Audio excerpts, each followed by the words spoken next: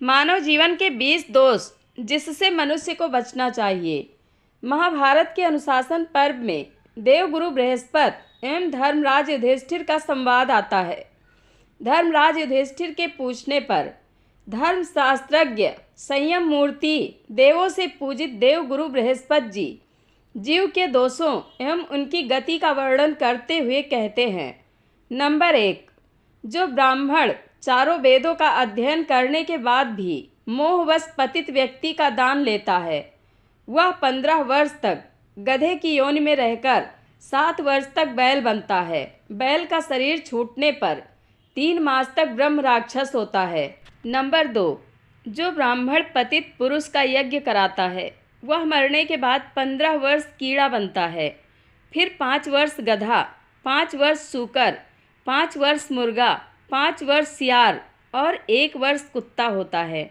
Number 3, Dharmaraj Yudhishthir हाथ जोड़कर नम्रता से प्रश्न करते हैं, हे देवगुरु बृहस्पति जी, जो शिष्य मूर्खतावश गुरु का अपराध करता है, गुरु हित चाहते हैं फिर भी गुरु की बात को महत्व नहीं देता है और अपने मान अपमान को पकड़कर गुरु के कहने का सीधा अर्थ नहीं लेता है, उसकी क्या गति होती है? बृहस्पति जी बोले, इस अपराध से वह मरने के बाद कुत्ते की योनि में जाता है और भौं भौं करता रहता है, बकवास करता है। गुरु अपने हित की बात बताएं और वह सफाई देता है तो देता रहे, रात भर भौंकता रहे, ऐसी कुत्ते की योनि उसे मिलती है। उसके बाद राक्षस एवं गधे की योनि में भटकता है, फिर प्रेत योनि में भटकता है। इस प्रकार अनेक कष्ट भुगतने के बाद उसे मनुष्य योनि मिलती है। नंबर 4, जो शिष्य मूर्खतावश गुरु की बात का अनादर करता है, उसको पशु योनि मिलती है और हिंसक मनुष्यों के बाण सहने पड़ते हैं। गुरु हित की बात करे और शिष्य ना सुने तो फिर वह ऐसी 5वीं नीच योनियों में जाएगा कि दुख पीड़ा सहेगा, मरेगा, जन्मेगा और अन्य पशुओं से शिकारियों से शोषित होगा। नंबर 5, जो पुत्र अपने माता पिता का अनादर करता है, वह भी मरने के बाद पहले 10 साल तक गधे का शरीर पाता है, फिर 1 साल तक घड़ियाल की योनि में रहने के बाद मानव योनि का अवसर पाता है। नंबर 6, जिस पुत्र पर माता पिता रुष्ट हों, उसकी क्या गति होती है? वह मरकर 10 मास तक गधे की योनि में, 14 महीने तक कुत्ते की योनि में और 7 माह तक बिलाव की योनि में भटक कर फिर मनुष्य होने का अवसर पाता है। नंबर 7, जो व्यक्ति माता पिता को गाली देता है, तू कहकर बुलाता है, ए बुढ़िया तू चुप रह, ए बुढ़े तू चुप रह, तू क्या जाने, ऐसा व्यक्ति मरने के बाद मैना बनता है। नंबर 8, जो माता पिता को मारता है, वह 10 वर्ष तक कछुआ होता है। वैसे तो कछुए की आयु लंबी होती है, लेकिन वह 10 वर्ष तक कछुआ रहकर मर जाता है, फिर 3 वर्ष तक शाही और 6 महीने तक सर्प होता है।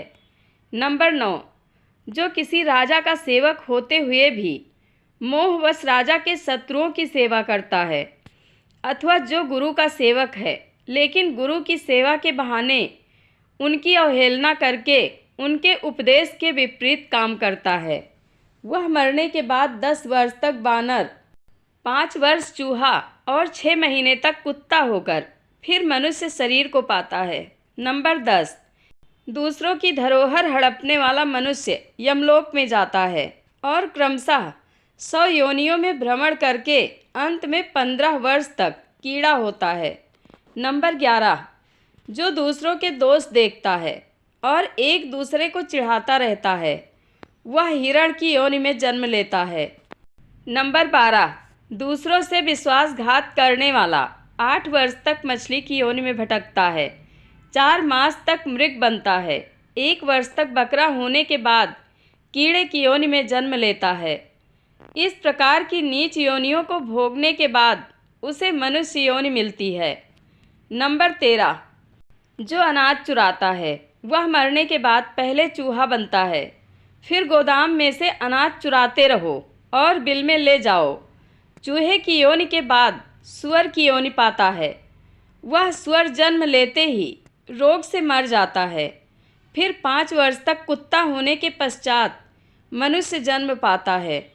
नंबर 14, पर स्त्री गमन का पाप करके मनुष्य क्रमशः भेड़िया, कुत्ता, सियार, गीध, सांप, कंक अर्थात सफ़ेद चील और बगुला होता है। नंबर 15, जो भाई की स्त्री के साथ व्यभिचार करता है वह 1 वर्ष तक कोयल की योनि में पड़ा रहता है। नंबर 16, जो मित्र, गुरु और राजा की पत्नी के साथ कुकर्म करता है वह 5 वर्ष तक सुअर, 10 वर्ष तक भेड़िया, 5 वर्ष तक बिलाव, 10 वर्ष तक मुर्गा, 3 महीने तक चींटी और 14 महीने तक कीड़े की योनि में रहता है।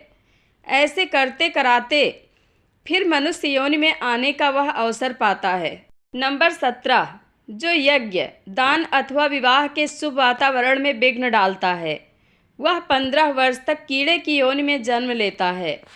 नंबर 18, बड़ा भाई पिता के समान होता है। जो बड़े भाई का अनादर करता है उसे मृत्यु के बाद 1 वर्ष तक क्रौंच पक्षी की योनि में रहना पड़ता है। फिर वह चीरक की जाति का पक्षी होता है। उसके बाद मनुष्य योनि में आता है। नंबर 19, जो कृतध्वन है अर्थात किसी के द्वारा की गई भलाई या उपकार को न मानने वाला, ऐसे व्यक्ति को यमलोक में बड़ी कठोर यातनाएं मिलती हैं। उसके पश्चात 15 वर्ष तक कीड़े की योनि में जन्मता है। फिर पशुओं के गर्भ में आकर गर्भावस्था में ही मर जाता है।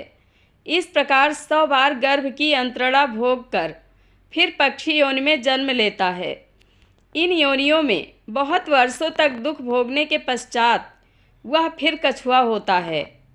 नंबर 20, जो मानव विश्वास पूर्वक रखी हुई किसी की धरोहर को हड़प लेता है वह मछली की योनि में जन्म पाता है। फिर मनुष्य बनता है, लेकिन उसकी आयु बहुत कम होती है। मनुष्य तो बनता है, गर्भ की पीड़ा सहता है, बचपन की मार पीट सहता है और कुछ समझने की उम्र आती है तब तक वो मर जाता है। जैसे तुम्हारी मानवीय सृष्टि में 307 के केस की कितनी सज़ा पहले से निर्धारित है, ऐसे ही ईश्वरीय सृष्टि का कायदा भी पहले से ही बना बनाया है। इन कर्मजन्य, भावजन्य, विचारजन्य, संगजन्य आदि दोषों से बचने का उपाय है सत्संग एवं भगवान नाम जप, जिनसे अपनी मति, गति एवं कर्म ऊंचे बन जाते हैं और ईश्वरार्पण बुद्धि से किए गए सत्कर्म, नैष्य कर्म सिद्धि देकर ईश्वर प्राप्ति करा देते हैं। अतः बुद्धिमान मनुष्यों को चाहिए कि वह नीच कर्मों से बचें एवं ईश्वरीय आनंद, ईश्वरीय सुख को पालें और मुक्त हो जाएं। नीच कर्म वाले निगुरे व्यक्ति नीच योनियों में भटकते हैं और सत्कर्म में रत, सत्संगी, सन्मार्गी सत्पथ को पाते हैं। जिसके जीवन में सत्संग नहीं होगा, भगवान नाम जप नहीं होगा, जो सावधान नहीं होगा, वह इन 20 दोषों में से किसी ना किसी दोष का शिकार बन जाएगा। चाहे विश्वासघाती बने, चाहे कृतध्वनि बने, चाहे विघ्न डालने वाला बने, चाहे बड़े भाई का अनादर करने वाला बने, चाहे माता पिता का अनादर करने वाला बने, लेकिन ईश्वर के मार्ग पर चलने से भाई, माता पिता, कुटुंबी कोई भी रोके तो उनकी बात की अवहेलना करने से कोई पाप नहीं लगता। इन 20 दोषों से बचने हेतु सत्शास्त्र का पठन, मनन और सच्चे संतों का सत्संग सर्वोपरि है। जय श्री कृष्ण। आपको यह जानकारी कैसी लगी कमेंट बॉक्स में अपनी राय अवश्य दें। धन्यवाद।